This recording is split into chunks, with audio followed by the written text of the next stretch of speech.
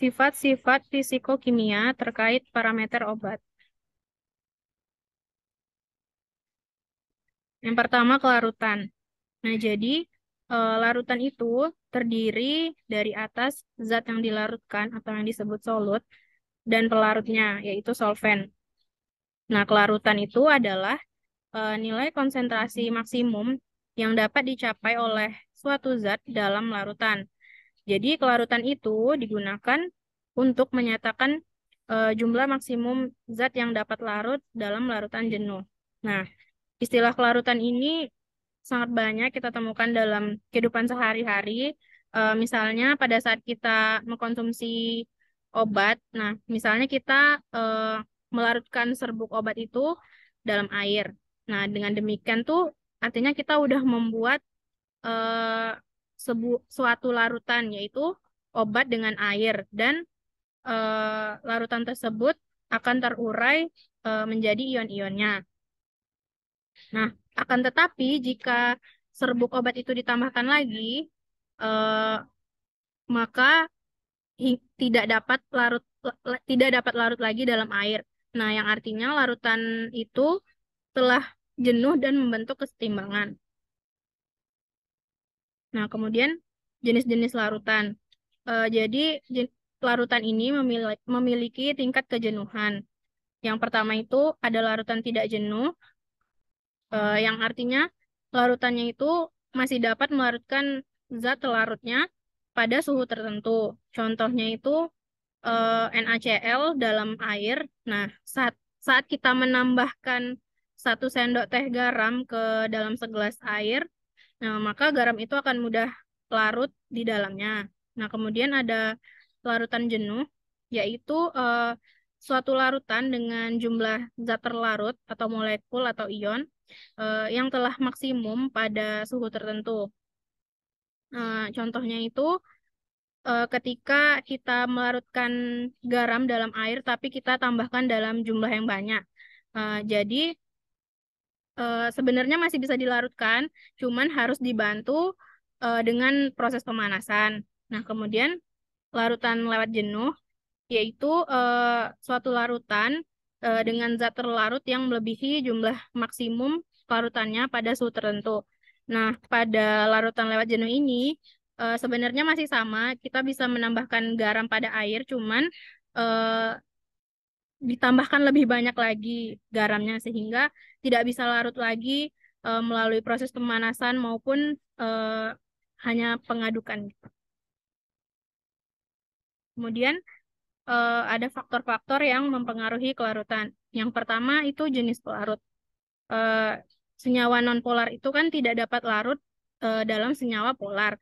Begitu juga sebaliknya. Nah, maka eh, dua zat itu bisa bercampur jika keduanya jenis yang sama. Contohnya itu mencampurkan minyak dengan air. Kan tidak bisa tuh, minyak tidak akan bisa menyatu jika dicampurkan dengan air. Karena minyak merupakan senyawa nonpolar, sedangkan air itu senyawa polar. Kemudian ada suhu.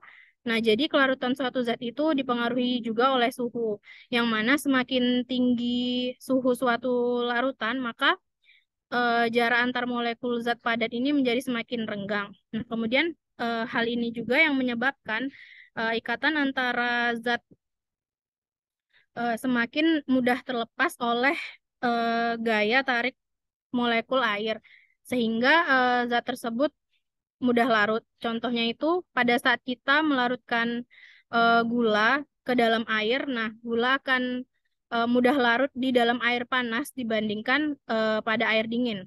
Nah, kemudian pengadukan yang artinya dengan diaduk berarti tumbukan antara partikel-partikel dalam gula itu dengan pelarut itu akan semakin cepat. Singkatnya tuh dengan diaduk kita akan lebih mudah untuk melarutkan gulanya. Kemudian ada pH yaitu eh, yang mana contohnya itu adalah asam oksalat yang saat dilarutkan ke dalam air akan melepaskan ion H+ dan ion C2O4 2-. Kemudian ion H plus dari air akan bergabung dengan ion oksalat C2O4 2- membentuk oksalat kembali H2C2O4 sehingga menambahkan kelarutan garamnya. Nah, kemudian di sini ada contoh kelarutan paracetamol. Jadi, paracetamol itu larut dalam 70 bagian air. Artinya, satu bagian paracetamol akan larut dalam 70 bagian air. Yang mana itu artinya agak sukar larut. Jadi, paracetamol itu agak sukar larut dalam air. Nah, kemudian larut dalam 7 bagian etanol, yang mana artinya satu bagian paracetamol itu mudah larut dalam 7 bagian etanol. Kemudian 13 bagian aseton. Jadi satu bagian paracetamol akan larut dalam 13 bagian aseton, yang artinya itu aseton dapat melarutkan paracetamol. Dan kemudian dalam 40 bagian gliserol. Jadi satu bagian paracetamol dapat larut dalam 40 bagian gliserol, dan eh, paracetamol dapat larut pada dalam 9 bagian propilen glikol. Nah, kemudian stabilitasnya terhadap pelarut paracetamol ini sangat stabil di dalam air. Lalu di sini ada koefisien partisi, di mana pada koefisien partisi ini adalah distribusi kesetimbangan dari analit antara fase sampel dan fase gas, dan kesetimbangan dari perbandingan kadar zat dalam dua fase. Nah, koefisien partisi ini dari obat tergantung pada polaritas dan ukuran dari molekul. Obat dengan momen dipol yang tinggi awalnya tidak terionisasi, mempunyai kelarutan dari lemak rendah, dan oleh karena itu sedikit terpenetrasi. Nah, koefisien partisi ini menggambarkan rasio pendistribusian obat ke dalam sistem pelarut dua fase, yaitu bahan organik dan udara. Bila molekul semakin larut lemak, maka koefisien partisinya semakin besar dan difusi transmembran terjadi lebih mudah. Eh, lalu eh, pada koefisien partisi ini tuh kecepatan absorpsinya itu sangat dipengaruhi oleh koefisien partisinya. Next slide. Nah, di sini ada jenis-jenis koefisien partisi, di mana ada koefisien partisi sejati atau TPC dan koefisien partisi semu atau APC. Pada koefisien partisi sejati ini, eh, percobaannya tuh harus memenuhi syarat kondisi tertentu, yaitu yang pertama itu eh, di mana antara kedua pelarut itu tuh benar-benar tidak dapat tercampur satu sama lain. Terus yang kedua itu bahan obatnya tuh solut atau mengalami asosiasi dan disosiasi. Lalu yang ketiga itu kadar obatnya kecil. Maksudnya itu kadar obatnya tuh relatif kecil, misalnya 0,0 m.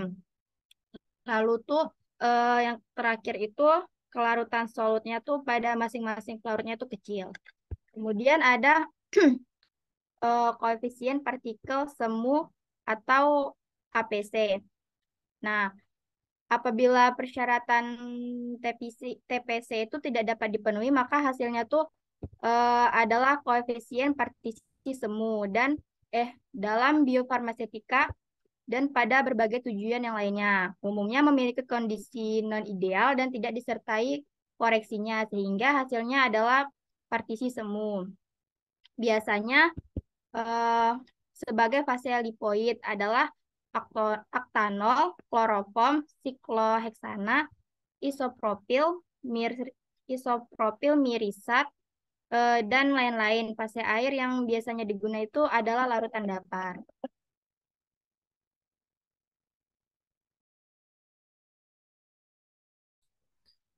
Nah, ikatan hidrogen. Ikatan hidrogen adalah jenis ikatan kimia yang terjadi antara atom hidrogen dan atom lainnya yang memiliki muatan parsial positif positif seperti nitrogen, oksigen, atau fluor. Ikatan ini terjadi karena perbedaan stabilitas antara asam hidrogen dan atom lainnya, sehingga elektron yang dimiliki oleh hidrogen cenderung tertarik ke arah atom yang lebih elektronegatif, sehingga terbentuk muatan parsial positif pada hidrogen dan muatan parsial negatif pada atom lainnya. Slide selanjutnya. Ikatan hidrogen sangat penting dalam berbagai aspek kehidupan, seperti dalam air, H2O, dan DNA. Dalam air, ikatan hidrogen memungkinkan molekul air untuk saling berikatan satu sama lain dan membentuk jaringan kristal yang padat pada suhu beku. Sementara pada suhu ruang air, cair tetapi mempertahankan struktur uniknya yang sangat penting bagi berbagai reaksi biokimia. Dalam DNA, ikatan hidrogen memainkan peran kunci dalam membentuk struktur heliks ganda yang memungkinkan molekul DNA menyimpan informasi genetik dan melaksanakan fungsi-fungsinya dalam organisme. Slide selanjutnya. Ikatan hidrogen memiliki peran penting dalam bidang farmasi, baik dalam pengembangan obat maupun dalam pemahaman interaksi obat dengan molekul target dalam tubuh. Beberapa contoh peran ikatan hidrogen dalam farmasi antara lain: satu, pemahaman interaksi obat reseptor. Ikatan hidrogen dapat membentuk interaksi spesifik antara obat dan reseptor di dalam tubuh. Ini penting karena memungkinkan obat untuk berikatan dengan reseptor dengan kekuatan yang cukup untuk mengeksploitasi mekanisme kerja secara optimal. Kedua, pengembangan obat. Ikatan hidrogen juga dapat digunakan dalam pengembangan obat. Contohnya, perancangan obat dapat dimodifikasi untuk meningkatkan atau mengurangi jumlah ikatan hidrogen pada molekul, sehingga dapat meningkatkan stabilitas dan efekasi obat. Ketiga, stabilisasi protein. Ikatan hidrogen juga dapat memainkan peran dalam stabilisasi protein, yang merupakan target penting dalam mengembangkan obat. Dalam beberapa kasus, ikatan hidrogen dapat membantu dalam membentuk struktur stabil dan protein. Keempat, pengembangan biomaterial. Ikatan hidrogen dapat digunakan dalam pengembangan biomaterial seperti pada pembuatan hidrogel yang sangat penting dalam pengiriman obat, pemulihan luka, dan lain-lain. Slide selanjutnya. Kompleksasi. Kompleksasi adalah proses pembentukan kompleks atau senyawa koordinasi antara suatu molekul pusat, biasanya atom logam, dan satu atau lebih molekul ligan, molekul lain yang mengikat dengan molekul pusat. Kompleks yang terbentuk dapat memiliki berbagai sifat dan aplikasi dalam berbagai bidang, termasuk kimia, farmasi, katalis, dan industri. Pembentukan kompleks terjadi melalui reaksi koordinasi di mana suatu ligan berikatan dengan molekul pusat. Melalui pasangan elektron yang dibagikan, biasanya molekul pusat memiliki orbital yang kosong yang dapat menerima pasangan elektron dari ligan yang mempunyai orbital terisi. Slide selanjutnya. Ikatan hidrogen dalam farmasi. Beberapa contoh kompleks yang terbentuk dalam senyawa kompleks logam seperti kompleks besi dan kompleks hemoglobin, kompleks platinum dan dalam kromaterapi, dan kompleks cobalt dan kapitalis. Kompleksasi memiliki peran penting dalam pengembangan obat dan aplikasi farmasi lainnya. Beberapa contohnya peran komplikasi dalam farmasi antara lain: satu, peningkatan kelarutan obat. Peningkatan kelarutan obat-obatan dengan kelarutan rendah dapat diubah menjadi senyawa kompleks dengan ligan tertentu untuk meningkatkan kelarutan dalam air atau larutan lainnya. Contohnya, obat-obatan seperti cotonazole dan grisefulvin dapat diubah menjadi kompleks dengan beta-cyclodextrin untuk meningkatkan kelarutan dan efektivitasnya. Kedua, pelindungan obat. Senyawa kompleks logam dapat digunakan untuk melindungi obat dari kerusakan atau degradasi selama penyimpanan atau pengiriman. Contohnya, kompleks logam dapat membantu melindungi enzim dari kerusakan selama pengiriman. Ketiga, pengiriman obat. Senyawa kompleks logam juga dapat digunakan untuk mengirim obat ke jaringan atau organ yang diinginkan dalam tubuh. Beberapa kompleks logam seperti kompleks platina digunakan dalam kemonterapi untuk menghambat pertumbuhan sel kanker. Keempat, stabilisasi obat. Stabilisasi obat. Senyawa kompleks dapat digunakan untuk meningkatkan stabilitas obat dan mencegah degradasi selama penyimpanan. Contohnya, kompleksasi dapat digunakan untuk mengurangi oksidasi vitamin C selama penyimpanan. Dalam keseluruhan, kompleksasi memiliki banyak aplikasi dalam farmasi, dari meningkatkan kelarutan obat, melindungi, dan mengirimkan obat, hingga stabilisasi obat. Kompleksasi dapat membantu meningkatkan efektivitas dan keamanan obat, serta memberikan solusi bagi masalah teknis dalam pengembangan obat. Thank you.